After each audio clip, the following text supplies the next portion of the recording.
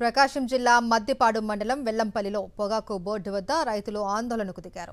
కూటమి ప్రభుత్వం మోసం చేస్తోంది అంటూ ఆగ్రహం వ్యక్తం చేశారు. గిట్టుబాటు ధర కల్పించకుండా ప్రభుత్వం అనేక రకాలుగా మోసం చేస్తోందని ఎన్నిసార్లు అధికారుల దృష్టికి తీసుకువెళ్లినా పట్టించుకోవడం లేదన్నారు. ఇవాళ హైవేపై పొగాకు బేళ్లను రైతులు దగ్ధం చేశారు.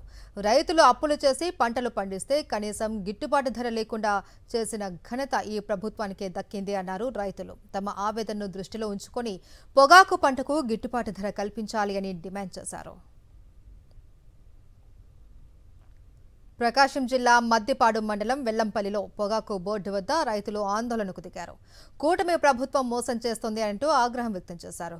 గిట్టుబాటు ధర కల్పించకుండా ప్రభుత్వం అనేక రకాలుగా మోసం చేస్తోందని ఎన్నిసార్లు అధికారుల దృష్టికి తీసుకువెళ్లినా పట్టించుకోవడం లేదన్నారు. ఇవాళ హైవేపై పొగాకు బేళ్లను రైతులు దగ్ధం చేశారు. రైతులు అప్పులు చేసి పంటలు పండిస్తే కనీసం గిట్టుబాటు ధర లేకుండా చేసిన ఘనత ఈ ప్రభుత్వానికే దక్కింది అన్నారు రైతులు. తమ ఆవేదనను దృష్టిలో ఉంచుకొని పొగాకు పంటకు గిట్టుబాటు ధర కల్పించాలి అని డిమాండ్ చేశారు.